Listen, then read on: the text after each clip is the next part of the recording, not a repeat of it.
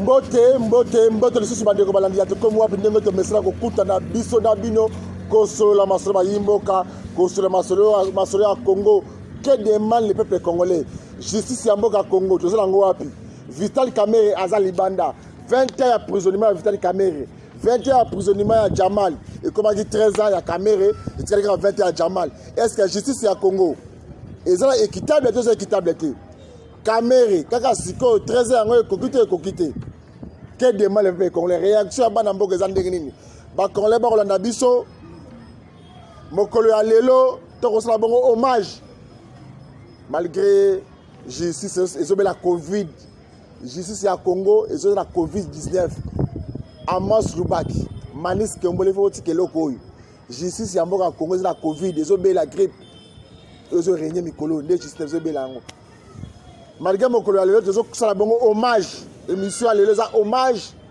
Il y a papa, Kulutu, Yaya, Nabiso. Ils ont bongo. Paul Richard, ingénieur Paul Richard, Ezula Monzemba. Ezula Monzemba, Ezula Zali Nani. Ingénieur, mais Azali ba diaspora. Ya Tongo, oh bazuki vision makanisi ya conserver mboka na biso le lenge longo bani. Ba yaka ko soutenir Union Sacrée à l'époque, na tanga Zaï, ba yako chapua na Tshisekedi, Etienne Tshisekedi B52, père ya démocratie en mboka Congo, le père. Namboka au Congo yango le to sa hommage biso to comme moi plutôt le la na ba o ba ko le la to sepela kana ba o ba ko sepela moi communiquer mukene mandeko nyos ba zakamite ba mawa o ba yo ko la ko sunga ba za mite ba ko sunga ba kongomani na biso décembre yango to koti to za ba orphelin ba veuve ezala moi na biso moko ndeko na biso mwasi azala association na munene ONG, nous vous aimons, les alliés à moi et à Bisso Moko à moi aussi. Geda. À lobby, bande de Rolandanga, bon, on a action à ça pour pas albinos, handicapé, bande de tickets, na bande balabala, autre benga fazer, na ONG Nangai, nous vous aimons, tout ça là activité minene, Namboka au Congo. Mais en décembre, oyo, na 5 de cognos, oyo a kokata $1. $2. Osunga pour être tout le laisse bandeko wana. Oyo babenga ba bandoki, bazana place à la te, bazana makoki a roli à te le 25 le 31 décembre. Ba les fête oyo, ba comprendre que bazana Congo, bazana ba congolais, bazana ba congolais mususu, bazana mité ba maba. Ndangi mo pe lokola. Ezina ONG na fondation Edouard Tosa est une fondation. Fondation Oyo, ça l'appelle ma personne, n'y a bonne volonté. Toujours mois de décembre. Bakosunga mboka na biso Congo, bakosunga ba peuple démuni. Bana somi ekolo Congo bako souffrir parce que social ya mboka Congo za malamu te. Fondation Edouard Tonta. Et c'est qu'il sungi na $1. Congolais nyonso, ba $1 à pesa pour que le 25 le 31 décembre bana somi ekolo Congo bana étiqué ba fazer ba veuve ba lia balata onyosu amona mo loko abengina numéro oyo plus 243 50 82 83 1 plus 243 50 82 831 plus 243 50 82 831. Ils ont une fondation Edouard Tonta.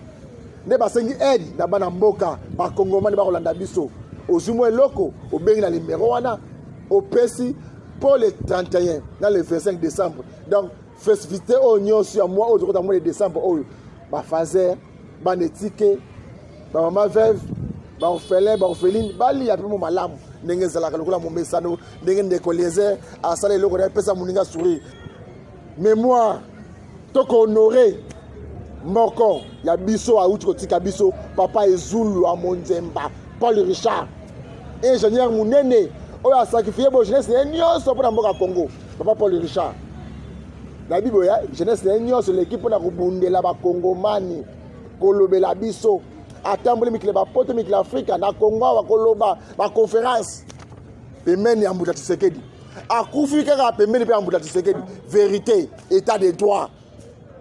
Bon, on a quelques extraits. Il y a Koulout Nabiso, Ezulu à Monzemba, Paul Richard.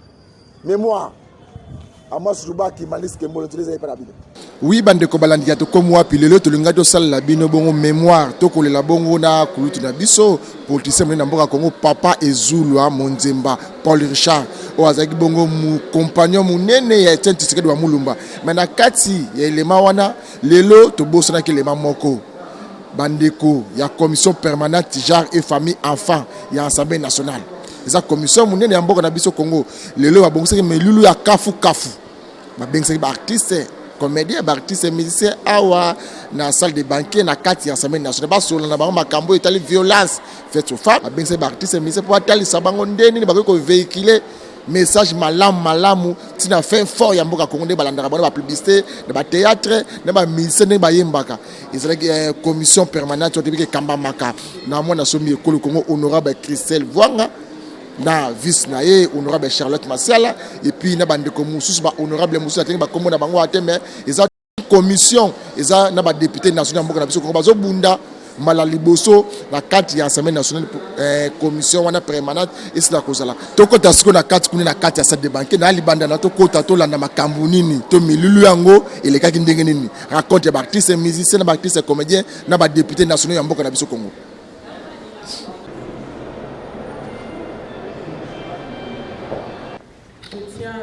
Tout d'abord très affectueusement par vous saluer. Merci d'être là.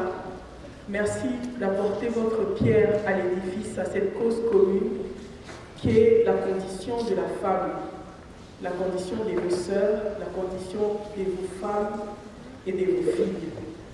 Nous sommes très heureuses, quand je dis nous, c'est la commission permanente genre, famille, enfants de l'Assemblée nationale.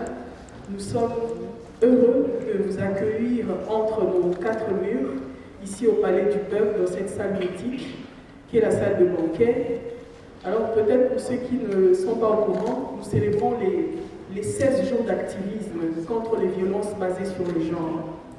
Il y a eu plusieurs activités, mais nous avons pensé à vous, les artistes. Nous avons pensé à vous parce que vous jouez un rôle très important dans la société. Vos pièces de théâtre, vos chansons sont suivies par des millions de personnes. Et nous nous sommes dit, nous voulons parler avec vous. Comment vous pouvez intégrer l'approche genre dans vos productions artistiques? C'est très important parce que les petits-enfants vous adulent, ils vous aiment. Ce que vous dites à la télévision, c'est une vérité et c'est une réalité pour eux. Et si un jour vous pouvez dire que la femme est forte, qu'on ne doit pas violer la femme, qu'on doit accompagner la femme, ces enfants qui vous suivent vont suivre. Alors, ça ne sera pas une séance académique, non, mais ça sera plutôt une table ronde d'échange entre les députés que nous sommes, mais également entre nos invités. Il y aura 3 intervenants qui, de manière simple, vont essayer de nous expliquer c'est quoi les violences basées sur le genre, comment nous pouvons accompagner et comment, en tant que célébrité, nous ne sommes même pas à l'abri de tout soupçon. Alors, très chers invités, tout le plaisir est pour nous. Soyez la bienvenue dans notre commission et j'espère que ce n'est pas la dernière fois. À partir d'aujourd'hui, considérez-vous comme des partenaires de la commission permanente genre, famille, enfants de l'Assemblée nationale. Je vous remercie. Merci Madame Ruth pour la parole. Moi c'est honorable Odette Mwamba. Je suis membre de la commission genre, famille et enfants. On concerne tous. Et ma joie c'est aussi d'avoir dans cette salle les femmes, les hommes qui influencent nos vies tous les jours. Et par là, ce sont les artistes qui sont au milieu de nous. Je ne vais pas trop parler, mais plutôt revenir sur 2 éléments essentiels. C'est cette sensibilisation que nous devons tous faire. Peut-être vous allez m'excuser, moi mon lingala n'est pas très bon. De la même manière que les journalistes balobak, chaque jour Tolanda Kabango n'a pas information, tout et tout. C'est de la même manière que Tolanda Kaba théâtre, Tolanda Kaba image, Tolanda Kaba zembo, tout et tout. Donc aujourd'hui, nous pouvons même dire que si notre jeunesse ou bisomoko tozo kotana muzindo ya libulu, vous en êtes quelque part responsable. Sikoyo tolingito mona ke binope bo bimisa biso na libulu wana de sorte que mboka na biso est bon. Parce que vous avez commencé cet art, vous étiez encore des enfants, aujourd'hui vous êtes des parents. Mais maintenant, qu'est-ce que vous allez transmettre aux générations montantes? Donc, nous avons tous cette responsabilité, de même que pour nous, les députés aujourd'hui. Nous sommes des mères, des pères de famille, et nous devons aussi prendre notre responsabilité à main. Merci beaucoup. L'intervention Nana est allée sur Kakarolo, Maman Christelle Bolobi, Maman Léonie. L'importance il y a artiste.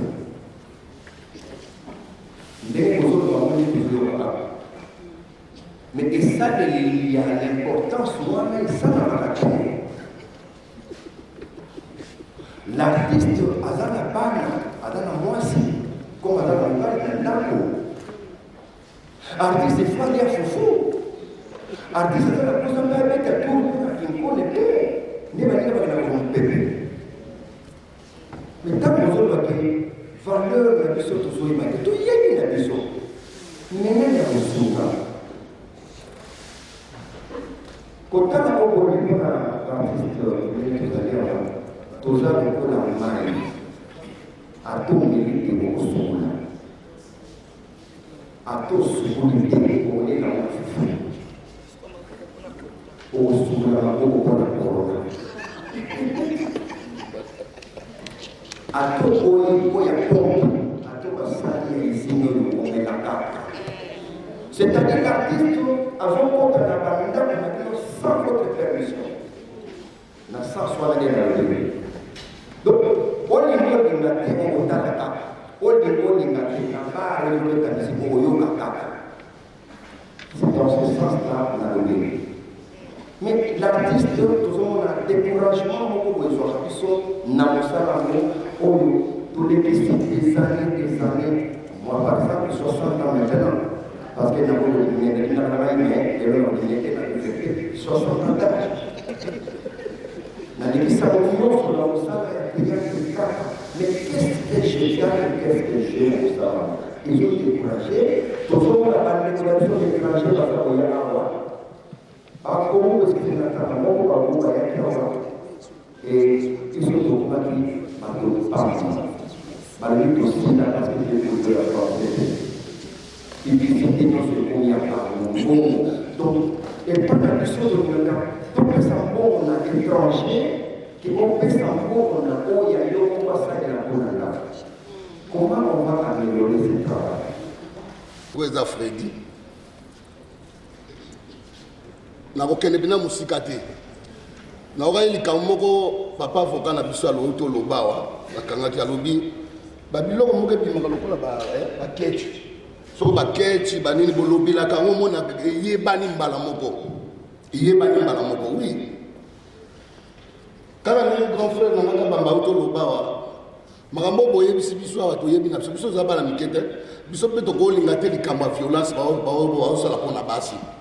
Toza pe na basi na bandako toza na bana basi bakoli batikali basi bakomba grande fille banini donc moi na ngana na suka comme na 20 ans donc bakosa ta epé yango mais papa na artiste toyebi tokera bino musika te ezaka likamba budget toza musala tokera bino musika te c'est facile budget kaka tosala po toza nini toyaka totelemi to bando sala ka wa tosala non, ce que tu dis, je te sens, ça va.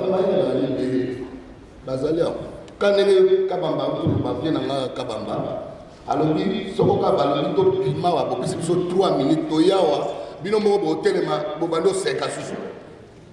Donc, tu as un musala na biso pina ki toko pina musala o yebe biso na sepeli makrisela vers monanga kala. Po makrisela ka singa na yebi yote. Mais na omono ndenge nini? Pombo na bisa baye ba valeur artiste te. Ka so na lali boye ko tela ngai. Mais lero na omona mama Leonie ndeni. na omona honorable nini na ye na porte maître atelemi azoyeba valeur ya mbalusombo wana te akomotindika yo orika nga na ye na likambusu na koswana makristel na lobi makristo omani kambo toloba ye mokwana tala ezabo nayeka kosenga mbongo te tozaka bamandia te mais tozaka na besoin na bino mpe ndenge lelo bino mpe boza na besoin na biso bobengaki biso toye ndenge nini ntango nga na ye makolo oyebi te mais na ye nake loyoka bakonzi baoloba nini violence faite à la femme mais ozoconsidere biso nyonso to lalo tozala tosala c'est ça na omona ndenge nini maître atelemi tala liboko otelelo mera yambaka te o kasi ayo kopekisa sikoyo awa tovandi sikoyo ayo kopekisa yo yambaka te. Merci vraiment. Merci vraiment. Budget kaka tosala. J'ai retenu quelques points, mais le tout premier, c'est pour quelle fin la tenue de ces journées. Tout ça, comme pour nous. Nous allons voir les beaux hôtels. Soit tout ça, vous pouvez voir le résultat. Il faut un suivi. Now, quand ça suffit, la monnaie monte à tout le dans le colo. Mais qui s'est abonné dans le monoko? Pourtant, dans le colo, mais qui s'est abonné dans le monoko? Abidjan, famille et enfants. Christ a vu mon peuple péri faute de connaissance.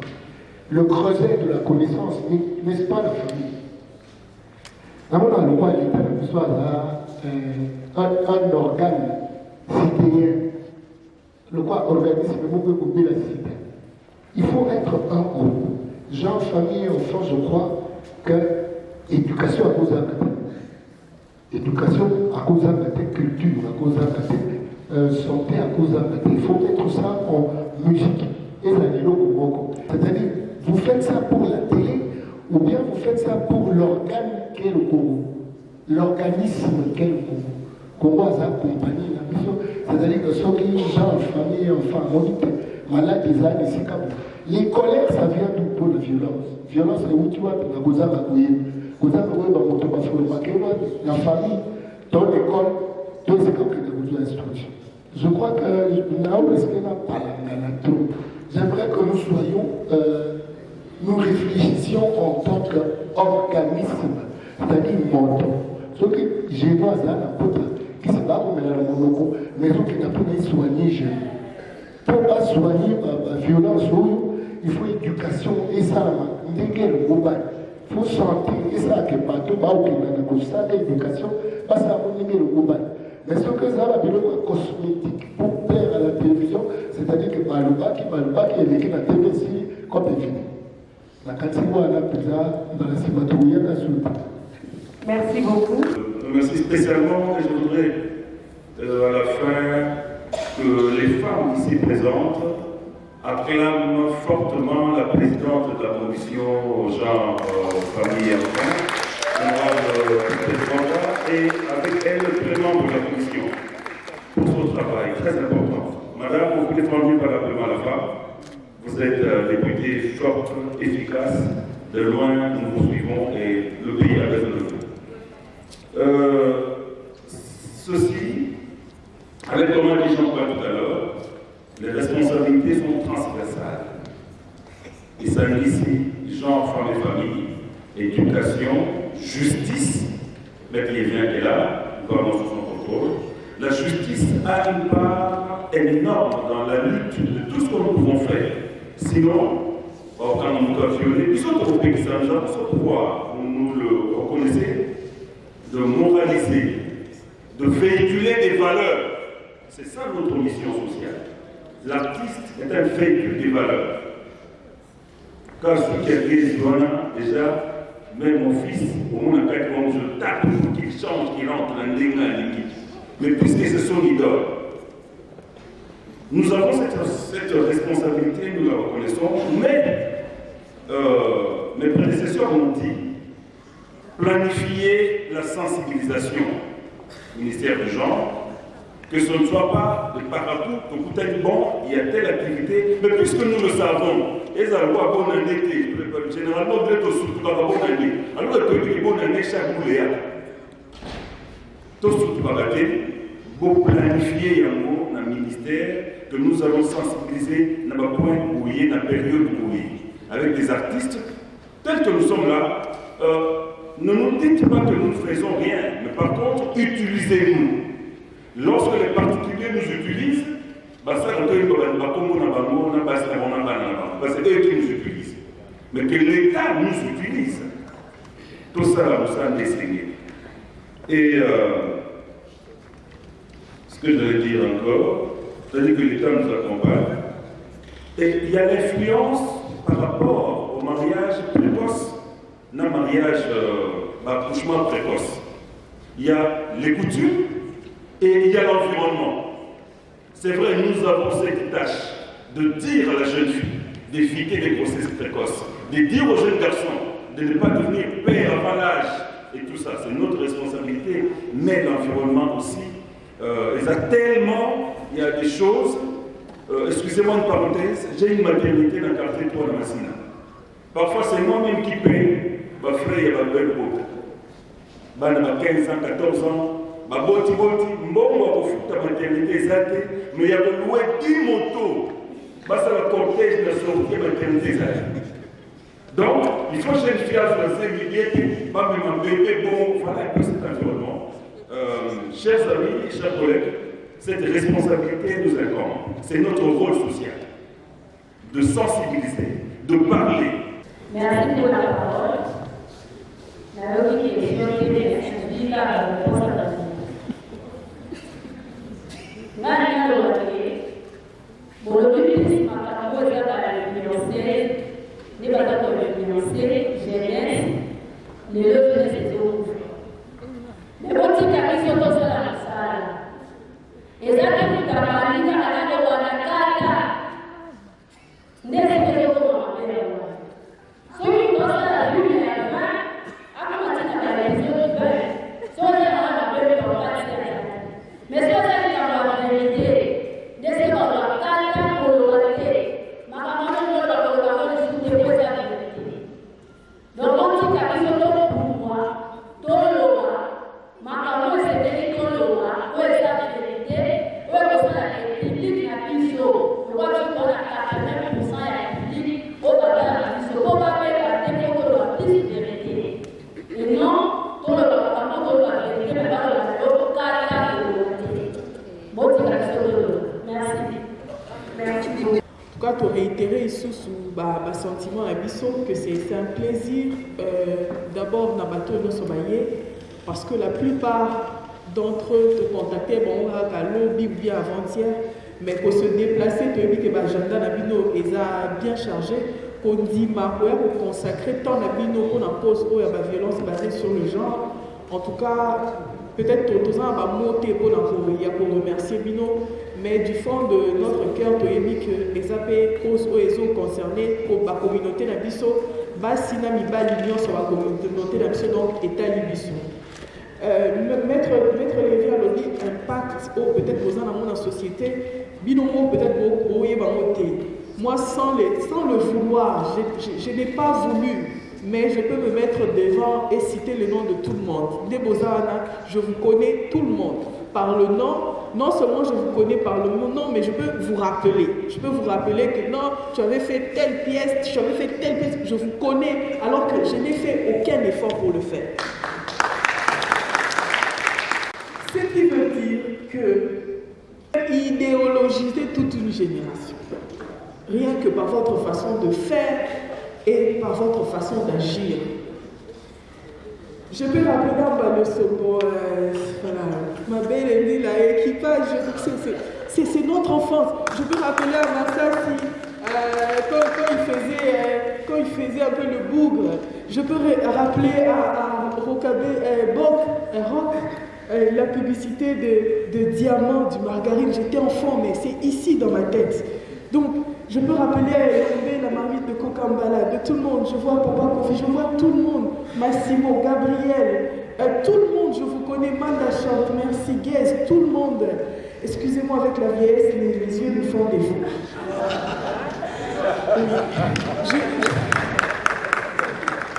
Souvent, les musiciens, les artistes sont aussi des militants. Ils sont aussi des activistes. Ailleurs, on le voit, des artistes qui militent pour des causes. Certains pour la malaria, certains pour le cancer, certains pour la drépanocytose, les violences faites aux femmes. Et on ne vous sent pas impliqué dans les causes de la société, que vous accompagnez les causes. Je sais qu'il y a beaucoup de problèmes, il y a beaucoup de pesanteurs, je le sais. Et principalement, peut-être, c'est d'abord financièrement où il y a des problèmes, je le sais. Mais l'idéal est qu'on se lève pour dire que nous avons un mot à dire dans la société et nous pouvons adopter une manière d'agir dans le sens d'impacter positivement la société. Alors peut-être que Maître Liévin ne l'a pas mentionné, mais si on regarde bien dans les histoires des violences sexuelles, souvent les artistes, excusez-moi, mais vous êtes au premier rang. Un citoyen lambda peut frapper sa femme, ça passe, mais pas vous. On va vous filmer, on va mettre sur les réseaux sociaux. Il suffit même qu'une femme passe à la télé seulement dire que voilà, Luca m'a violé, mais c'est fini. Demain, il y a des chroniqueurs qui l'appellent, viens, tu vas parler à la télévision, explique comment c'était, sans vérifier. Vous êtes aussi exposés. Et comme vous êtes aussi exposés, c'est aussi de votre responsabilité d'agir. Et peut-être qu'avant on ne le faisait pas, mais maintenant on va le faire. On va se battre. On va trouver tout ce qu'on aura comme moyen, ponctuel, financier, etc. On va se battre pour essayer de changer un peu cette génération. Je vous remercie.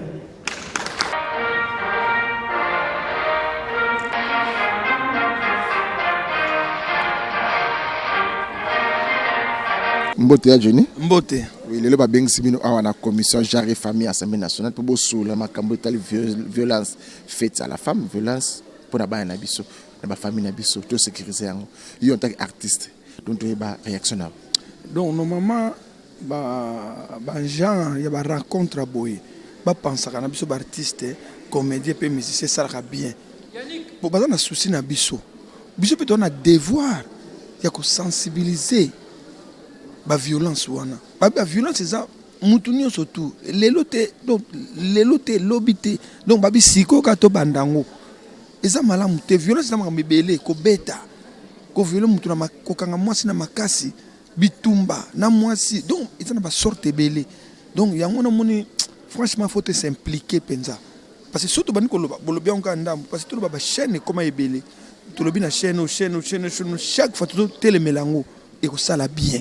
Comme commission Mbalali Bossé, Banakata Assemblée nationale, commission genre et famille à l'Assemblée nationale, on a Christelle Van à Téléméli, à Bengisi, pour la sensibilisation. Bo banda tamba ya liboso, banda ko Téléméla, Makambo, Bino Barter, Boyambe den Baptiste. On dit ba collègue musuba lobby, il faut quand même bâtir ba moyen, mais biso mon peut nous conscient na ba troupe na biso, par exemple au cause ata 2 tableaux au lobby peut ma violence wana sans que bango ya perception moi aide mais c'est-à-dire que na ba troupe na biso tout ça là faut to réserver temps sur moi 2 tableaux moko boye il y a violence faite à la femme to ya ndenge na ndenge ba expliquer biso pour noter ma belé ah donc tout c'est là ka bango ba perception moi pour tout c'est la paix moyen les super ya appeler loté. Merci. Pays mais on ne sait pas qu'est-ce qu'il faut dire et qu'est-ce qu'il ne faut pas dire parce que quand on dit la vérité des fois on nous demande de se taire. Et c'est dur pour nous aujourd'hui de véhiculer un bon message. Si, en faisant le bon message, tu te demandes si demain tu ne vas pas payer des factures, si demain tu ne vas pas être obligé de payer des amendes ou tu vas te retrouver en train de subir des traitements que tu ne mérites pas juste parce que tu avais dit la vérité. Donc aujourd'hui, c'est vrai de donner la responsabilité aux artistes, mais est-ce qu'on a les droits, est-ce qu'on a les conditions qui nous permettent de faire ce travail-là sans avoir peur de demain tomber dans la famille, nous tomber dans des problèmes juste parce qu'on avait voulu servir notre propre pays. C'est compliqué. Aidez-nous à nous battre dans des bons... Bon, c'est là sur le terrain pour tout le monde bien.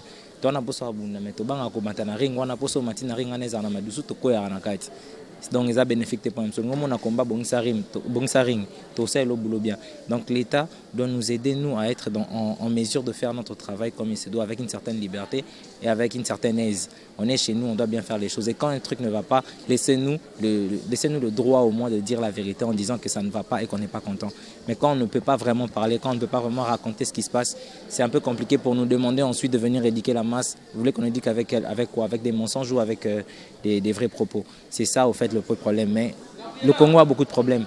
la femme est violentée. C'est ce qui était vraiment au vif du sujet. Il y a des problèmes avec la femme, il y a des problèmes avec la violence, avec tout ce qui se passe. C'est parmi les gros points, parmi les grands points qui affectent notre pays et qui impactent négativement sur l'éducation de la jeunesse aujourd'hui. La femme est très violentée, mais il ne faut pas oublier qu'il y a la famine aussi, qu'il y a la guerre à l'Est. Il y a tellement beaucoup de problèmes que pour moi, je pense que traiter tous les problèmes, c'est bien, mais commençons quelque part pour arriver jusque là-bas. Donc voilà, c'est un peu ça en bref. Oui, tu comme web télévision, tu monio awa na journée monene au commission Jari famille Assemblée nationale tu ko benga bino artiste. Boza ba véhiculaire, il y a ba matière, il y a message na mboko na biso Congo. Lelo boya pour makambo tali violence face à la femme. Oui, mbaki sama monene. Non, tout s'appelle d'abord na likanisi oyo maman honorable Christelle Vwanga a Zwaki ya ko sangisa biso na milulu oyo babengi 16 jours d'activisme sur les violences basées sur le genre. En tout cas, c'est un mingi comme on a que batonyoso ba monique ba artiste baza bato ba véhicule un message artiste aza moto sur le bil kambo population alandaka artiste aza la modèle yango sengelaki basangisa biso to sangisa maele batala ndenge nini biso tokoki bongo kosunga ekolo pona kosilisa makambo o etali violence basée sur le genre na ba misala na biso parce que misala na biso ezaka ya kosekisa te misala na biso eza pe pona koteya bato yango nde basengi ete na kati ya misala na biso soki pe na ba masolo oyo todevelopaka soki tokoki kointégrer makambo etali violence basée sur le genre, violence faite à la femme, faite à la jeune fille et aux alamala mingi. Voilà. Merci. Merci mingi. Mbote papa. Bonne santé honorable. Mkie hein. Wakala to côté mois de décembre au bande na action genre et famille commission genre famille enfant lelo aduzana awana salle de banque na kati ya Assemblée nationale ba kolonien so bangi ba tout ko ba artiste bodo to ba ya Johnny to que artiste ba ko réagir na journée ou to bengisa bango to ba to zo yango pa na yo moko o bengisa bango pona nini milulu ya lelo. Merci beaucoup papa Didier. To bengisa bango parce que toza na campagne à 16 jours d'activisme contre les violences basées sur le genre. Et violence basée sur le genre, ezaka ate violence na mwasi, ezapeka violence soit na mwasi, soit na mobali, soit na mwana, ezaka ozo sala mutu mabe par rapport ya eloko ya zaleli. Alors to bandaki ba séance ya ba travaux na ba catégorie sociale, donc lelo nde bomoni boye to sali na ba artiste, to ba artiste musicien, to ba artiste comédien, ba peintre, ba designer, donc onyo se bengami artiste, to zo bango lelo. Tomeki osolana bango to laxi bango c'est quoi les violences basées sur le genre et to laxi bango comment bakoko accompagner lutte oyo après to pesa bango maloba bon peut ba lobby obika ba artiste bon peut ba lobby ba condition na bango ba se plaindre pe na o fallait ba se plaindre to sung to bisi bango pe que to sala rapport et to kotinda o esengeli photo tinda mais comme boyebi commission na biso za commission asika to fongoli ba porte nango to fongoli yango po ezala vraiment organe technique ya réflexion na makambo etali basi bana na ba famille ko yeba ba sujet yango bosolo mokolo mo lezaki vraiment nini po ba kongomani ba yeba na commission o ya gérer famille enfin e ko sala musala na longo bani awa na kati ya Assemblée nationale magezali ya mbaya libose bana makamto sololi notamment eza violence basée sur le genre to lakisi nani akokoza victime nango soko sali nini nde oza victime ya violence basée sur le genre na lolenge nini nde oza victime basée sur le genre et puis toza ki pe na avocat allié pas démontrer alakisi bango que soko sali boye ba mitumbu etumbu nango eza boye et vous en tant qu'artiste na manzembo na bino na ba pièce de théâtre na bino comment beaucoup accompagner lutte oyo ya koloba neti na ba théâtre que moi si aza mutu oyo il faut respecter maman, il faut pas kofinga mobali, il faut pas kofinga mwasi, il faut pas kofinga mwana, il faut accompagner mwana. Donc eza ba biloko moko bato bomona peut-être mukie mais na société eza el biloko mo ezo impacter o ezo sala ke société lelo ezala o ezali. OK, mokolo ya lobby bo lelo bo artiste, comédien, musicien le bo banane. Lobby tokoyamba ba journaliste, ba pasteur na ba influenceur.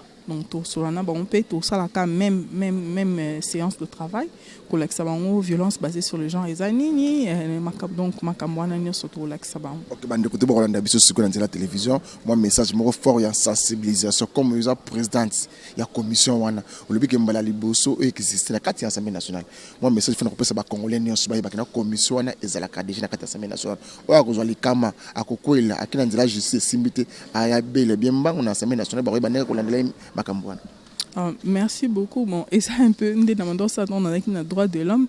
Batobele bamande ko ya mais na bande ko orienter bango beaucoup qui ne boye ni tsaka ba violence sexuelle beaucoup qui ne sika boye mais na o etali commission est vraiment organe technique c'est sur le plan technique hein ya misala ya accompagner ba loi ya ça la contrôle parlementaire na makam code de la famille makambo etali pena question ya femme ya enfant na ya famille na niveau assemblée nationale et donc tout tikalika na même lignée wana na proximité na biso na population to bi que saute le lot okuta na artiste lobby pe to okuta na ba catégorie mususu et puis tozo préparer ba descente sur terrain au tosala pour to sensibiliser basi na etali violence basée sur le genre. OK, merci honorable. Mbote honorable. Mbote papa. Moni bino awa na commission à genre famille enfant pour bien ces artistes comédien musicien donc toyeba boye ina ba awese ke ponane. Merci pour ndengo s'intéresser na activité na biso. Biso toza commission genre famille et enfants. Donc ndenge to bengisaki ba musiciens ezali na cadre ya 16 jours d'activisme na oyo ba bengi lutte contre violence basée sur le genre. Alors ezako aussi la sikoyo donc lobiawa.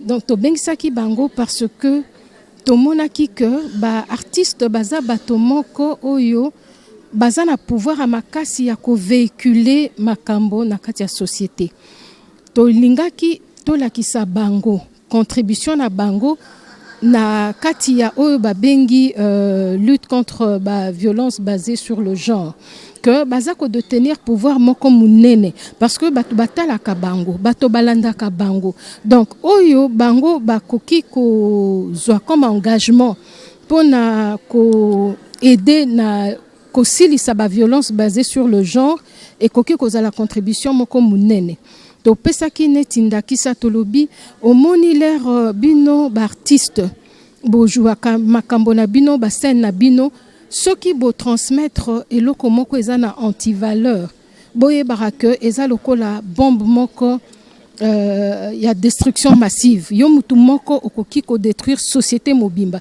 tout comme artiste moko akoki ko aider construction ya ba valeur na kati ya société donc nde likambo tolingaki tolakisa bango ke baza bato moko ya motuya pona biso pourvu que batelema baloba to s'engager pour la lutte ya basi pour la lutte ya ba jeune fille na ba petite fille parce que ba violence wana ndenge to limbolela ki bango eza ko atteindre même la petite fille donc genre pour na maintenant o tozaki kolobela ezali plus basi mais comme on dit toujours genre ezalaka na basi na mibali et talaka contexte na moment na ezanini nde likambo ya motuya o to benga ki ba artiste to sepela ki ba répondre pe massivement et nous pensons que ba comprendre que na maboko na bango baza na pouvoir ya ko construire société moko il y a plus de valeurs qui va respecter na cannabis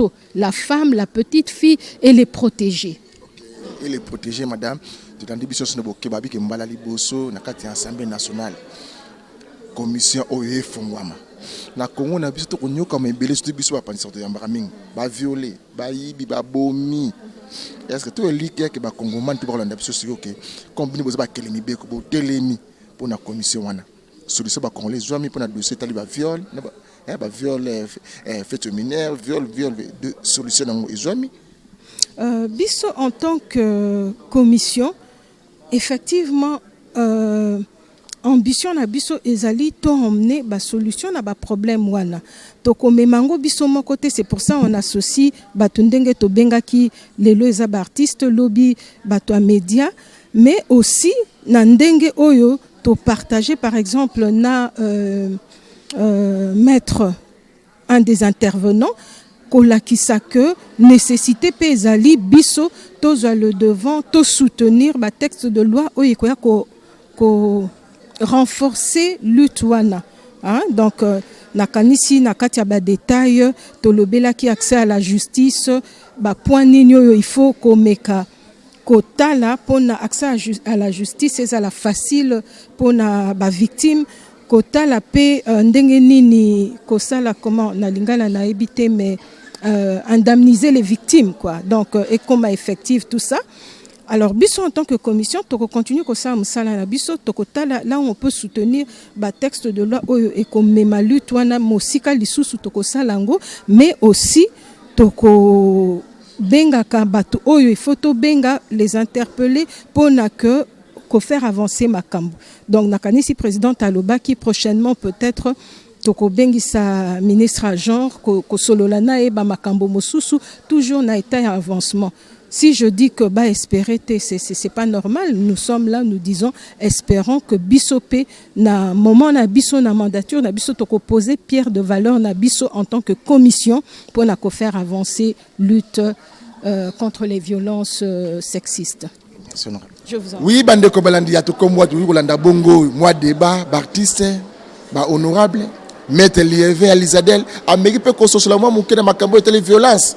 Bokini basi ko loba bolandi pe ba interview mama Charlotte Masala ya honorable Kisel Vwanga ya Gaz Mawete ya Johnny bolani réaction et ba yimboka na biso Congo par rapport ya makambo et tali violente faite à la femme na mboka na biso Congo bonde zalaka malgré ça mobu ya liboso banda assemblée nationale banda commission permanente genre famille et enfants et si la cause là comme commission hors la assemblée nationale to eliki a pété makambo et ba violence na mboka na biso ko aussi ko diminuer. Il faut qu'on ait un bouquet de sous. Tozong si micro et pas ya mos le bas qu'on a manes kembolo, bazong si la biso mémoire yambuta mutu ezulia monzemba. Moto au représenter na simanayo couleur ya drapeau ya parti politique ni. Biso tozali bana ya parti politique oyo babenga parti de l'unité nationale. Parti wana nzambe mutu asalaki te makanisi mazala soko parti wana ezalaki te mbe Congo ezali lelo ndenge ezali te po tango akendeki na table ronde bato akendeki na makanisi ndenge na ndenge bamususu balobaki te bapesaka indépendance ndambu babandi na ndambo oyo bapesi bakena oyo bapesi tolinga tozala Congo ndenge toza lelo te. Donc mboke elinga yo kabwana soko lelo tozali lisanga eutaki na parti puna parti de l'unité nationale yango nalingi po masolo yo baza kobeta ezali oyo elekaka te po makambo ebandi ndenge ni soko totali panda ya mboko yo ezali ba confession religieuse mibale mutu ememi tokoma na lipanda. Oui, peut-être comme akuna papa ezula monzema. Bon, expliquez bien sur le parti de l'unité nationale. Parti de l'unité représenté par Nathan Alipanda. Bon, Nathan Alipanda, parti wana, ezaki représenté na Jean-Didier Bolikango. Jean-Didier Bolikango, ye mutu asalaka parti wana. Bon, lokola tokolanda ndenge etambulaki na katikati te lelo congrès apesa charge ya conduire parti wana na Élysée beaucoup mona maposo yazaki honorable sikoyo président république asepelaki na misala na yemingi akamati akomisi vice ministre ya budget lokola statut ya parti ezali kolobate soko président azalite secrétaire général ya parti ye mutu ako remplacer président yango moni nazali président national AI na esika ya Élysée boku mwana oyo akomi na gouvernement en tant que ministre ya budget et komi akoki kozala te ministre ya budget pe aya na parti e babenga kango incompatibilité c'est-à-dire okoki kosala ndenge wana te omoni ye moko mokambi ya mboka président de la République. Quand on va prendre président de la République, azali sous président ya IDPS te mais statutairement ye mutu aza président ya IDPS omoni atikaki maboko na secrétaire général pour asala nini intérim. C'est ça. Ok, namonaki bino mokolo ya lipanda jour oyo tokocommémorer 61e anniversaire ya lipanda ki pointe ya mboka Congo na cimetière ya Gombe na tombe ya papa na biso Bolikango bokene kosala nini? Ah, nasepeli mingi na motuna wana po motuna wana nde tinda biso tobimisa bosembo oyo elekaka omoni tango le papa Bolikango wana azali mwana oyo papa Raphaël oyebi papa Raphaël moto asali te tozala toyeba makambo ya ndembo jeunesse organisation ya jeunesse oyo atongi ba stade ba école mingi awa na kati ya Kinshasa papa wana atalaki na bano baza kokola na tango wana mwana oyo amonaka ye na mayele mingi ayebaka ke akokosalisa mboka ezalaki ye wana Jean Didier Bolikango akbolokaka.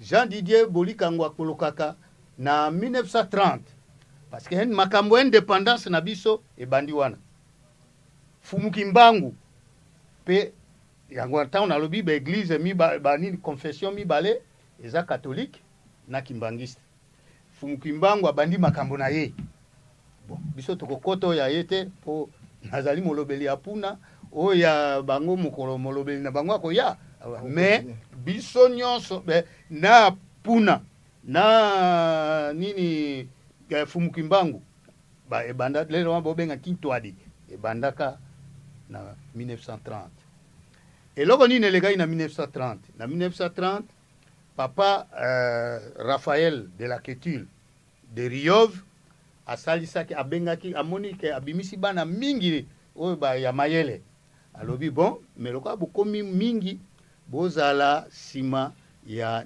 oyo mukolo na bino oyo azaki 18 ans azako zwa coupe ya meilleur enseignant na ville ya Kinshasa biloko esala makalisu te lelo so batuni yo mbalo yo mbulo yo nana bimaki meilleur enseignant ebani te mais na kalezaka bazaka kokote ba enseignant donc botala nani na bango ayebi asalaki musala malamu papa wana azwa 18 trophées nani apesaka ye aponaka ye atango asali lisanga ya bana nyonso batange pa basango ba père de skate baobenga kango ADAPES ADAPES ebandi na 1930 papa wana sango wana apesaki yango na contrôle ya Bolikango tango ya ADAPES wana makambo ya lipanda ebandaki nde wana ADAPES tango babandi koningisa bamindele mundele moko kombone Van Bilsen belge yaki obimisa plan moko alobi lokola mwa ba intellectuel ya ba congolais bakomi mwa mingi to sala programme moko ya 80 ans pour bazo indépendance d'autres les indépendance so kamati 1930 wana plus nini 80 okomona okoyeba mbula nini bango bazako linga bapesa biso lipanda yango ba tata na biso ba ekolaki ngonga wana batali babite po so tozo pesa ngonga mingi toyebi te biloko nini pe bango bolengela pona kotia biso to benga bikumu lokola bakala ADAPES akomi abandi musala na ye tango ADAPES akomi asali pression leki makasi roi alobite moyen ezate po makambo komi ndongo to sala to pesa bato yo lipanda na bango wana tokomi na ne 57 alobi pas de problème to pesa bango lipanda po makambo leki makasi wana ADAPES ayeko bongola ayeko sala nani basali asoreko oyokaka na nzembo ya indépendant tatato babandani asoreko donc asoreko wana elingi oloba association de ressortissants du Haut Congo oyo papa Bolikango asalaki. Bato nyonso bazaka oya na Kinshasa na masuwa baye kotanga awa batangi bato nyonso batangi na ekole ya père de skate o bayaki na dapes na bao musu ya frère Maris bango nyonso baye na Soreko, association des ressortissants du Haut-Congo. Wana lokola mundela lingaka te basala politique bango benga ngo lokola association culturelle. Wana bandeko na biso ya Bakongo basalaki Abako. Abako ezaki alliance ya culture Congo. Wana ba butanza landu. Ye mutu oyebi kombo penza de Kasavubu ayeko ya. Donc créateur ezali Nzeza Landu. Tokota kuna te wana makambo ya Bako tozonga na nzela.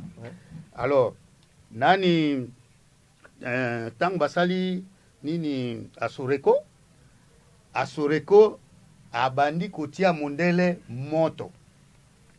Bamindele lekeli bango basali nini na gouvernement na bango colonial oyo basalaki na 58 po na 57 Asoreko ningisi bakamati papa Jean Didier Bolikango bakotisi na kati ya gouvernement.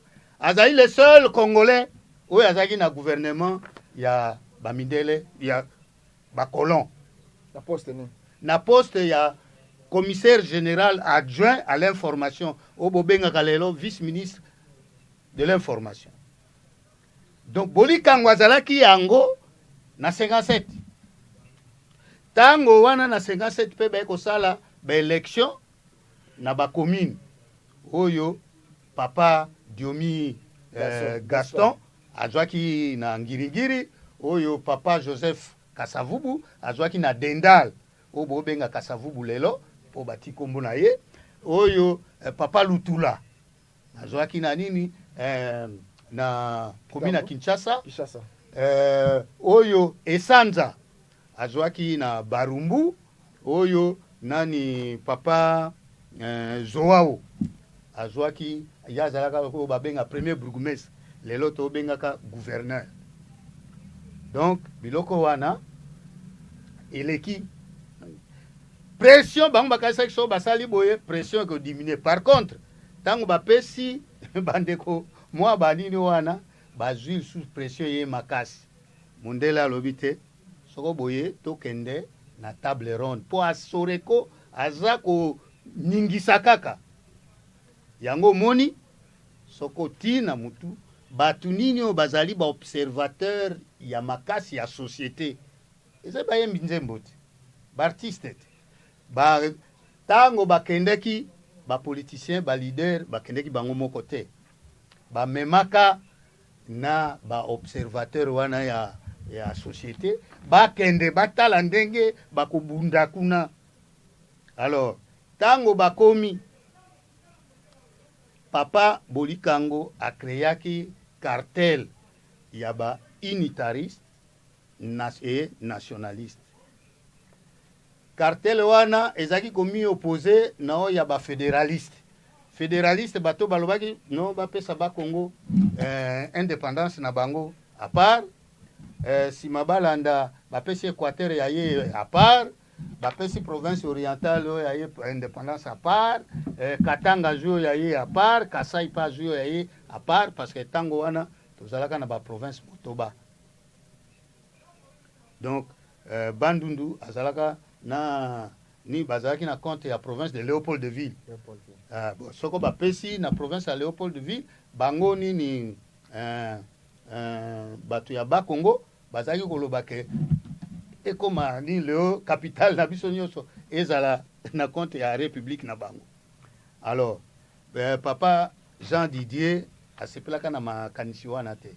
Makanisi na ye soko balandaka yango mbekutu lelo birolela o est mbezate.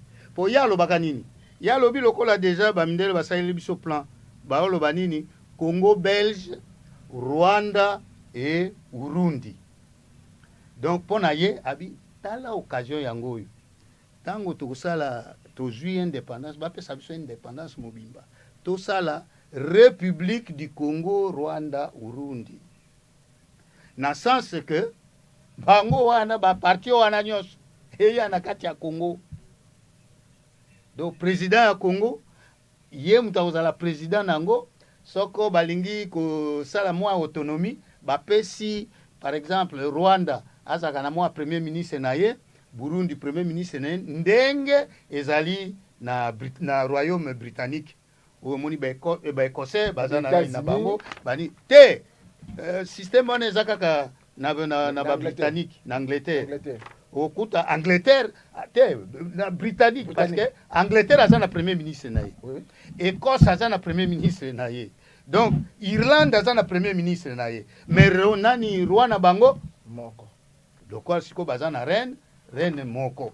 Donc ndenge bolikanga monaka président moko oyo akozire nyonso mais na ba premier ministre misato. Alors comme ye tang bakomi ye lokola batu bazako mutu amayele azaka toujours ko rechanter balandaki ye mingi, alors apesaki akanisi abinde kona biso parce que tomba keneke na table ronde Lumumba azaka na prison ya habité poto bimisa ndeko na biso, et puis comme Lumumba bazaki na compte ya MNC azali nationaliste, donc azaki na kati ya cartel wana ya habité to luka to bimisa ndeko na biso Lumumba comme ye mutu azaki porte parole na table ronde po tata wana zoloba français ndenge oyo biso lobaka sikoyo na université awa, mais ya bandaka yango kala soka lobi bamindele nyonso mituka kabo soka komi nyonso ye wana Jean Didier Bolikango yango tango bakomi ajuide alobite to bimisa ndeko na biso asali na biso ko ngana kosala tango nozwa parole na loba misale kosale mate so boke obimisa ndeko na biso Lumumba na prison te ayao omondenge Lumumba bimaka na prison sur demande ya Jean Didier Bolikango, porte-parole à table ronde. Mais ye Lumumba ngo bakanga ye na prison akende ko sala nini akende ko tambola yo ilo ne sera gasala bolo tika na kokota wana te parce que wana solo wana benga bato MNC baya ko betela na suki après mokolo malelo mais ko sala nga passe mingi parce que tout ko perdre bongo un des piliers ya politique ya mboka na biso Congo. Mémoire ya Mbuta Mutu, Ezulu ya Monzemba, Paul Richard, Noko ya Fiston Boko, cameraman na tuko mwa télévision. Toko lela. Biso sto sepela na ba o ba ko sepela. Toko lela na ba o ba ko lela ya Mbuta Ezulu wa. Nos sincères condoléances la famille na onyo surtout, famille biologique na yo, famille politique na yo, famille na onyo so biso ko mwa to kanisi yo. Mokolo ya lelo zaki mokolo na yo. Place ozali na ndaka malili. Tika ete nzambe abatela yo akanisa yo ete obundeki mpona bakongomani okanisaka akanisa yo ete obundeki mpona bana Congo. Restauration des droits ezonga Congo se retrouve na badwa na yango tokutani mokoma lobi kimi ya kolo nzambe ezala na bana ya Kisenso nyonso tu précisément na quartier Sola kuna na commune ya Kisenso lobi